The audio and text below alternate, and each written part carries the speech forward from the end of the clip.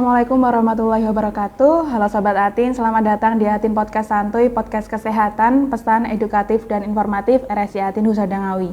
Jumpa lagi dengan saya Helmi, Humas RSI Atin Husadangawi sekaligus host podcast kali ini. Hari ini saya akan mengajak Sobat Atin untuk mengenal lebih dekat dengan poli paru yang ada di RSI Atin Husadangawi, yang mana kita akan mendapatkan edukasi kesehatan melalui tanya jawab dengan narasumber kita yaitu Dr. Kowi Akbar, spesialis paru. Podcast kali ini akan membahas tentang hidup sehat dengan rutin mengontrol penyakit asma.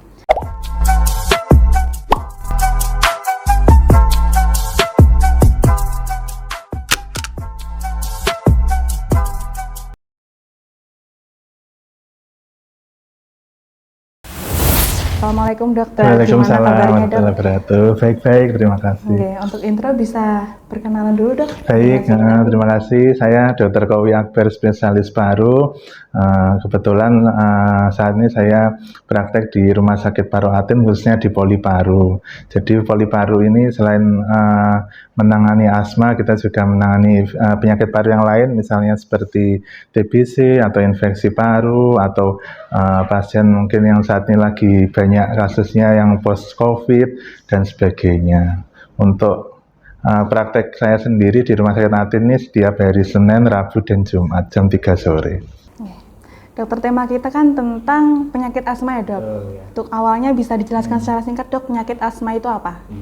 Kalau penyakit asma sendiri ini dia adalah penyakit paru yang ditandain oleh adanya keradangan di saluran nafas. Jadi asma ini kebetulan akhir-akhir ini insidennya semakin meningkat. Jadi kalau misalnya dulu kayak kakek nenek kita itu kayak jarang yang asma gitu, sekarang ternyata dari statistiknya emang naik.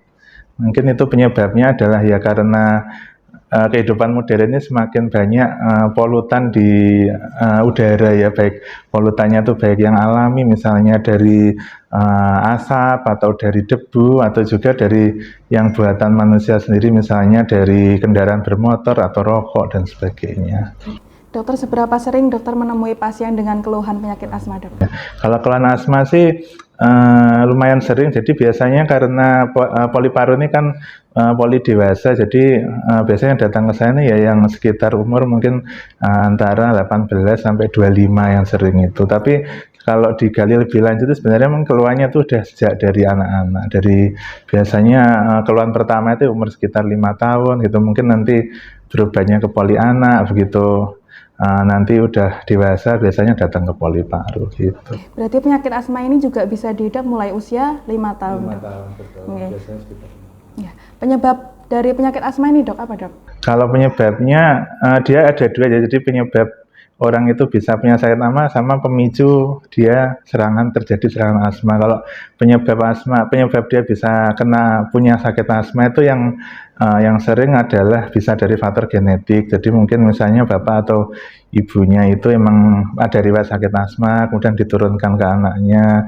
Selain itu juga ada faktor lingkungan. Kalau faktor lingkungan seperti saya sebutkan tadi, yaitu dari paparan ke saluran nafas kita dari zat-zat yang berbahaya. Mungkin seperti kita tahu kan kemarin ada beritanya di Indonesia ini perokok cukup banyak ya, hampir 50%. Nah, kadang asap rokok atau mungkin nggak sadar sebenarnya merokoknya udah di luar rumah, tapi kan debunya kadang nempel di baju, kemudian bapaknya mungkin gendong anaknya sehingga paparannya bisa memicu asma juga. Kemudian akhir-akhir ini kan juga ada infeksi saluran napas yang sering, misalnya kayak COVID atau influenza. Nah itu kalau tidak ditangani dengan cepat itu dia juga bisa menimbulkan asma itu. Jadi mungkin COVID-nya sudah sembuh tapi saluran nafasnya itu radangnya masih, sehingga nanti lama-lama bisa ada kemungkinan juga memicu asma. Oke, berarti gitu. Tadi untuk penyebab ada dari genetik juga ada dari pemicu yaitu lingkungan dan juga penyakit lain. Penyakit lain, betul. Ya. Kemudian dok, gimana dok cara untuk mengenali bahwa itu merupakan gejala penyakit asma? Yang paling sering ya itu sesak nafas yang disertai nafas berbunyi. Jadi biasanya kalau sesak yang biasa kan mungkin kita habis aktivitas naik tangga itu kan ya sesak aja nafasnya cepat. Tapi kalau asma itu karena dia ada keradangan, jadi saluran nafas di tenggorokan tuh menyempit. Nah, itu menimbulkan munculnya suara tadi. Biasanya suaranya seperti ngik-ngik atau mengi gitu. Kemudian selain itu juga pada anak-anak yang masih awal-awal, mungkin masih 5 tahun tuh mungkin suara menginya nggak terlalu jelas, tapi yang lebih sering adalah batuk yang berulang. Jadi yang sering dikhawatirkan kan kita selama ini kalau batuk nggak sembuh-sembuh kan TBC gitu ya. Tapi ternyata setelah dicek itu ada pasien kemarin tuh dia tuh udah dicek yang karena tes mantuk, kemudian tes IGRA dan lain sebagainya, yang TBC itu negatif semua. Ternyata setelah diberikan pengobatan asma itu ternyata keluhan batuknya bisa berkurang. Jadi pada anak-anak itu justru kadang malah hanya batuk saja.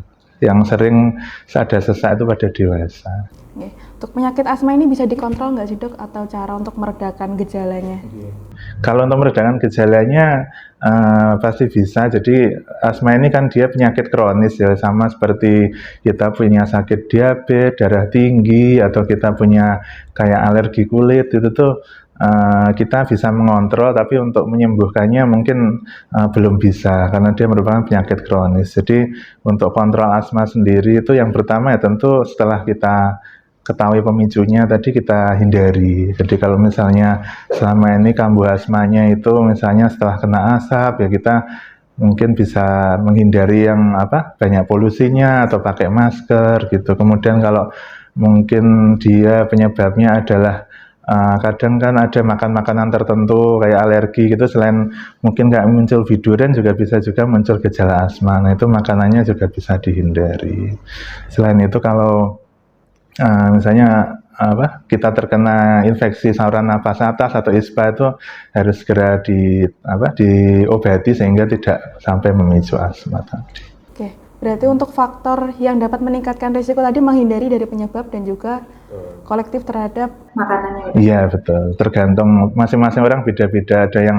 Ada dari makanan, ada yang dari itu. Kadang ada juga orang yang kecapean. Jadi kecapean itu sebenarnya itu mungkin habis kalau anak-anak mungkin kan habis olahraga jadi kambuh sesaknya atau sebagainya, itu bisa juga. Jadi dikenali itu kalau memang tidak bisa dihindari aktivitas yang micu itu, ya itu harus memakai obat untuk preventifnya. Oke, kita masuk ke obat ya dok. Proses pengobatan dari penyakit asma ini bagaimana dok? Kalau pengobatannya selama ini yang sebenarnya yang paling dianjurkan tuh obatnya adalah obat yang dihisap atau inhaler.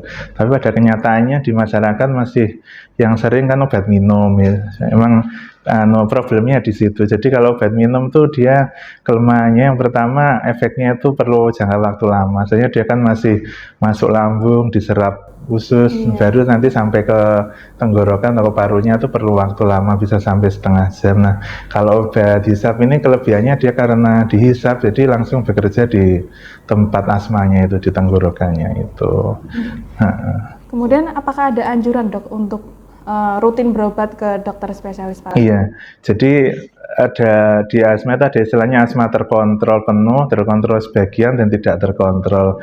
Nah, gimana cara kita tahu? Ya kita evaluasi sendiri. Ada empat poin kayaknya yang diperhatikan. Yang pertama itu dalam seminggu itu kambuhnya berapa kali, kemudian kita pakai obat sesaknya itu berapa kali, kemudian pada malam hari itu kita sering kebangunnya itu juga berapa kali dalam seminggu, serta apakah kita sampai nggak masuk kerja atau nggak masuk sekolah karena kambuh itu. Nah, disebut terkontrol adalah jika hal tersebut tidak terjadi atau minimal biasanya sekali sebulan gitu. Kalau terkontrol sebagian tuh biasanya sekali dalam 2 minggu. Nah, kalau dalam tiap minggu itu ada empat poin tadi masih kita rasakan, itu namanya tidak terkontrol. Nah, jika tidak terkontrol berarti terapinya harus lebih dievaluasi lagi, diagresifkan gitu. Nah. Kemudian dok, ketika kambuh, untuk pemulihannya itu membutuhkan waktu yang lama bukan dok?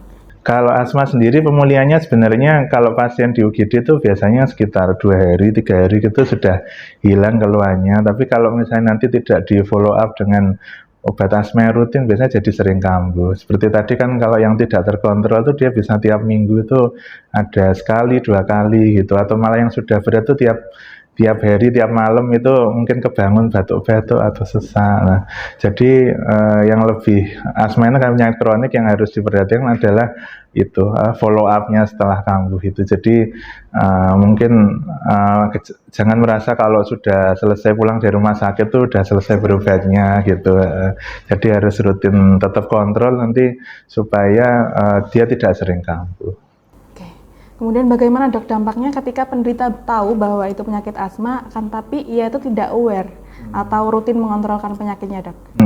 Itu tadi, jadi dia sering ke kambuhnya, jadi sering nanti kan mengganggu aktivitas juga, misalnya kalau sekolah jadi mungkin sering tidak masuk, atau kalau kerja juga nanti menghambat pekerjaannya seperti itu. Selain itu kalau dibiarkan terus-terusan itu radangnya itu kadang bisa istilahnya menetap, jadi perlu dosis obat yang lebih tinggi untuk menghilangkan keluhan sesaknya itu. Kalau asmanya masih ringan gitu dan segera diobati, dia nanti bisa menjadi asma yang namanya intermittent. Intermittent itu jadi kambuhnya itu jarang sekali, mungkin setahun cuma kambuh 2 kali gitu. Jadi memang harus segera ditangani yang baik supaya tidak menjadi lebih parah.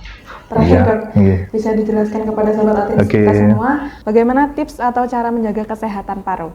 Baik, kesehatan paru sendiri yang jelas karena paru ini adalah organ kita untuk bernafas, kita harus perhatikan apa yang masuk ke saluran nafas kita. Yang pertama adalah hindari polusi atau asap rokok, kemudian zat-zat yang tidak baik, misalnya kita mungkin bersih-bersih rumah atau terpapar cairan pembersih rumah, itu kita harus memakai proteksi diri yang cukup, misalnya pakai masker. Kemudian kalau kita di tempat umum atau yang berdesak-desakan, kita nggak bisa jaga jarak naik bis gitu ya, disarankan tetap pakai masker. Kemudian jangan lupa juga olahraga yang teratur, karena olahraga ini juga nanti bisa menguatkan otot-otot pernapasan tersebut. Baik, apabila Sobat Atin mengalami keluhan atau salah satu gejala dari penyakit asma, sebaiknya segera memeriksakan diri ke dokter spesialis paru untuk lakukan konsultasi terkait pencegahan dan penanganan terbaik. Silahkan berkunjung ke RSI Atin Husada Ngawi. Dr. Kawi Akbar, spesialis paru, memiliki jadwal praktik hari Senin, Rabu, dan Jumat pukul 15 waktu Indonesia Barat. Sampai jumpa di Atin Podcast Santuy selanjutnya. RSI Atin Husada Ngawi, layanan Islami, profesional, dengan hati. Wassalamualaikum warahmatullahi wabarakatuh. Waalaikumsalam warahmatullahi wabarakatuh.